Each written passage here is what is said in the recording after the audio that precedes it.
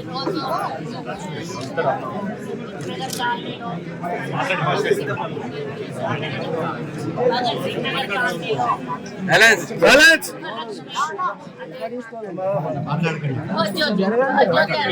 కార్యక్రమాన్ని లాంఛనంగా ప్రారంభించడం జరిగింది. మరి ఈ కార్యక్రమాన్ని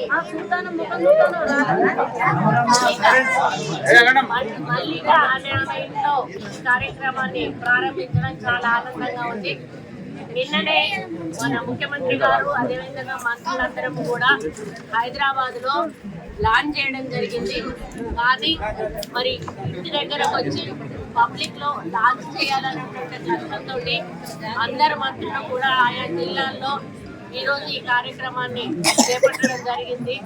మరి పేదవాళ్ళ ఇళ్లకు వెళ్ళి వాళ్ళకి మీకు ఉచితంగా 200 యూనిట్ల కరెంటు ఈ నెల నుంచి ప్రభుత్వం ఇవ్వబోతుంది అనేటువంటి భరోసా ఇవ్వడానికి ఈరోజు ఉచిత కరెంటు గృహలక్ష్మి పేరిట గృహజ్యోతి పేరిట ఈరోజు ఇవ్వడం జరిగింది.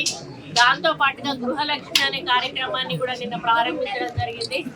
గృహలక్ష్మిలో భాగంగా గతంలో 1200 ఉన్న సిలిండరు ఇక నుంచి 500 రూపాయలకు మాత్రం ఇవ్వడం జరుగుతుందని కూడా సందర్భంగా తెలియజేస్తా ఉన్నాను. మొన్న ఎలక్షన్లలో కాంగ్రెస్ పార్టీ ప్రభుత్వము రాకముందు సోనియా గాంధీ గారు, రాహుల్ గాంధీ గారు, ప్రియాంక గాంధీ గారు, అదేవిధంగా మా నాయకులు అయినటువంటి రేవంత్ రెడ్డి గారు, బట్టి విక్రమార్క ప్రతి ఒక్కరము కూడా ప్రజల్లోకి వెళ్ళి తిరిగి 6 గ్యారంటీలను ఇస్తాము. 6 గ్యారంటీల ద్వారా ప్రజల సంక్షేమము, నిరుపేదల సంక్షేమమే ధ్యేయంగా ముందుకు వెళ్తామని చెప్పి మేము మాట ఇవ్వడం జరిగింది. ప్రజలు మా మాటను విశ్వసించారు. ఎందుకంటే తెలంగాణ ఇచ్చింది కాంగ్రెస్ పార్టీ, మళ్ళీ కాంగ్రెస్ పార్టీ వస్తేనే మాకు మేలు జరుగుతుంది. తెలంగాణ వచ్చిన తర్వాత వచ్చిన ప్రభుత్వం ఏదైతే ఉందో పూర్తిగా ప్రజల ధనాన్ని దుర్వినియోగం చేయడమే కాకుండా వాళ్ళు కోట్లు గడించుకొని నిరుపేదల బతుకులు ఎక్కడ ఉన్నవి అక్కడవే ఉంచారు. పిల్లల ఉద్యోగాలు లేవు, ఇల్లు ఇవ్వలేదు, మరి సరి అయిన పని కల్పించలేకపోయినారు. ఎన్నో రకాల ఇబ్బందులు గురైతే ఏ ఒక్క రోజు కూడా ప్రజల సంక్షేమం గురించి గత టీఆర్ఎస్ ప్రభుత్వం పట్టించుకోలేదు. కాబట్టి ప్రజలు విశ్వాసంతో ఏ తల్లి అయితే మాకు తెలంగాణ ఇచ్చిందో ఆ తల్లికి ఓటేస్తే 100% మా నిరుపేదల బతుకులు బాగుపడతాయి, ఇందిరమ్మ రాజ్యం వస్తుంది అనేటువంటి ఒక విశ్వాసంతో మా మీద నమ్మకంతో మమ్మల్ని గెలిపించారు. కాంగ్రెస్ పార్టీ ప్రభుత్వాన్ని అధికారంలోకి తీసుకొచ్చారు. రేవంత్ రెడ్డి గారిని ముఖ్యమంత్రిని చేశారు. మమ్మల్ని గెలిపించిన 2వ రోజే 2 కార్యక్రమాలను మేము ఆల్రెడీ అమలు చేయడం జరిగింది. ఉచిత బస్సు సౌకర్యం ఒకటి, ఆరోగ్యశ్రీ 5 లక్షల నుంచి 10 లక్షలకు పెంచేటువంటి కార్యక్రమం. ఇప్పటికి ఎన్నిసార్లు బస్సు ఎక్కిండ్రో, ఎన్నిసార్లు బస్సు దిగిండ్రో. అయితే నాకేం తెలియదు ఇంత ఎఫెక్ట్ పడుతుందని నేను కూడా అనుకోలేదు. బస్సు అంటే మామూలుగా వెళ్తారు వస్తారు అంతే అనుకున్నాను. అయితే సెక్రటేరియట్ లో మామూలుగా ఊడ్చేవాళ్ళు తుడిచేవాళ్ళు ఉంటారు కదా, ఆమెతో ఒకసారి మాట్లాడమ్మా నీకు జీతం ఎంత వస్తావమ్మా అంటే నాకు 15,000 వస్తుంది మేడం జీతం అని అన్నది. 15,000కు 15,000 ఉంటాయా మరి కటింగ్ పోతే అంటే అంతకుముందు బస్సుకు ఒక 3,000 కట్ అయ్యేటి మేడం బస్ కిరాయిలకు, ఇప్పుడు నాకు 15,000కు 15,000 వస్తాయి, అప్పుడు 12,000 చేతికి వచ్చేది. ఇంకో కొంతమంది ఏంటంటే వాళ్ళకి ఆరోగ్యం బాగలేకపోయినా హైదరాబాద్ వరకు వెళ్ళి చూపించుకునే స్తోమత లేక ఇళ్లలోనే బాధపడుకుంటూ ఉండేవాళ్ళు. ఈరోజు ఎంసంలో లేని ట్రీట్మెంట్ కొన్ని హైదరాబాద్కి వెళ్ళి చూపించుకోవాలి. ఇప్పుడు ఏం చేస్తున్నారు, ధైర్యంగా ఇంకొకరు నెంబడి పెట్టుకొని హైదరాబాద్ వెళ్ళి గాంధీ హాస్పిటళ్లలో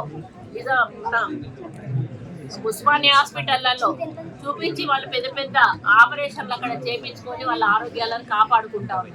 ఇటువంటి కార్యక్రమం ఉన్న ఇప్పుడు జాతరలకైతే ఇక బస్సులు ఫుల్ బస్సులు అంటే పోలేని వాళ్ళు కూడా పోయి దేవుడికి దండం పెట్టుకొని మా చల్లగా చూడాలి అని మొక్కుకునేటువంటి అవకాశం ఈరోజు సోనియా గాంధీ గారి దయ వల్ల మనకు రేవంత్ రెడ్డి గారు కల్పించారనే విషయాన్ని గుర్తు చేస్తా ఉన్నారు. ఇవన్నీ చూడలేక ప్రతిపక్షాలు ఈరోజు మళ్ళీ మా మీద ఏదో ఒకటి మాట్లాడాలి అని చెప్పి ఇవన్నట మధ్యలోనే ఆపుతారట. మధ్యలో ఆపితే మీరు ఊరుకుంటారమ్మా? మళ్ళీ ఎలక్షన్లోకి వచ్చినప్పుడు చీపురుగట్ట తిరిగేసి మళ్ళీ కొట్టరమ్మ, మళ్ళీ ఊరికియారా? ఊరుకుంటారా? ఏదైనా కూడా ప్రభుత్వము ఇచ్చిన మాటను నిలబెట్టుకొని ప్రజలకు పరిపాలన అందించినప్పుడే ఆ ప్రభుత్వము ప్రజల మన్నన పొందుతుంది, కలకాలం ఉంటుంది అధికారంలో. టీఆర్ఎస్ ప్రభుత్వం 2 సార్లు నమ్మిర్రు, మీరు 2 సార్లు అవకాశం ఇచ్చిండ్రు. మొదటిసారి మోసం చేసినా కూడా మళ్ళీ మీరు అవకాశం ఇచ్చారు, అయినా కూడా వాళ్ళ అవకాశాన్ని నిలుపుకోలేదు, వాళ్ళు ఓడిపోయారు.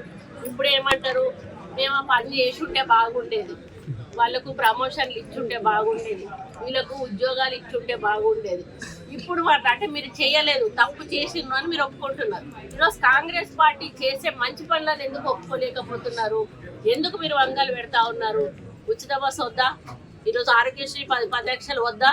ఈరోజు ఉచితంగా కరెంట్ వద్దా? 500కు గ్యాస్ సిలిండర్ వద్దా? దీన్ని నడిపించడానికి ఈరోజు మేము కష్టపడి మీరు చేసిన అప్పులు ఎలా తీర్చాలో తెలియక, మళ్ళీ ఈ పథకాలకు ఏ విధంగా అప్పు తీసుకొచ్చుకోవాలో తెలియక ఎంత ఇబ్బంది పడుతుందో ఈ కాంగ్రెస్ ప్రభుత్వం. మాకు తెలుసు, వాళ్ళకు కూడా తెలుసు, కానీ వాళ్ళు మాట్లాడటం లేదు. మమ్మల్ని బదనాం చేసే కార్యక్రమం చేస్తూ ఉన్నారు.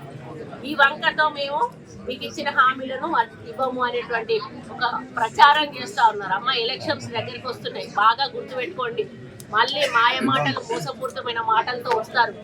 కాంగ్రెస్ పార్టీ అన్నట్టే తక్కువ రోజుల్లోనే 4 కార్యక్రమాలను అమలు చేసింది. ఇంకొక 3-4 ఉన్నాయి, అవి కూడా త్వరలోనే అమలు చేయబోతుంది.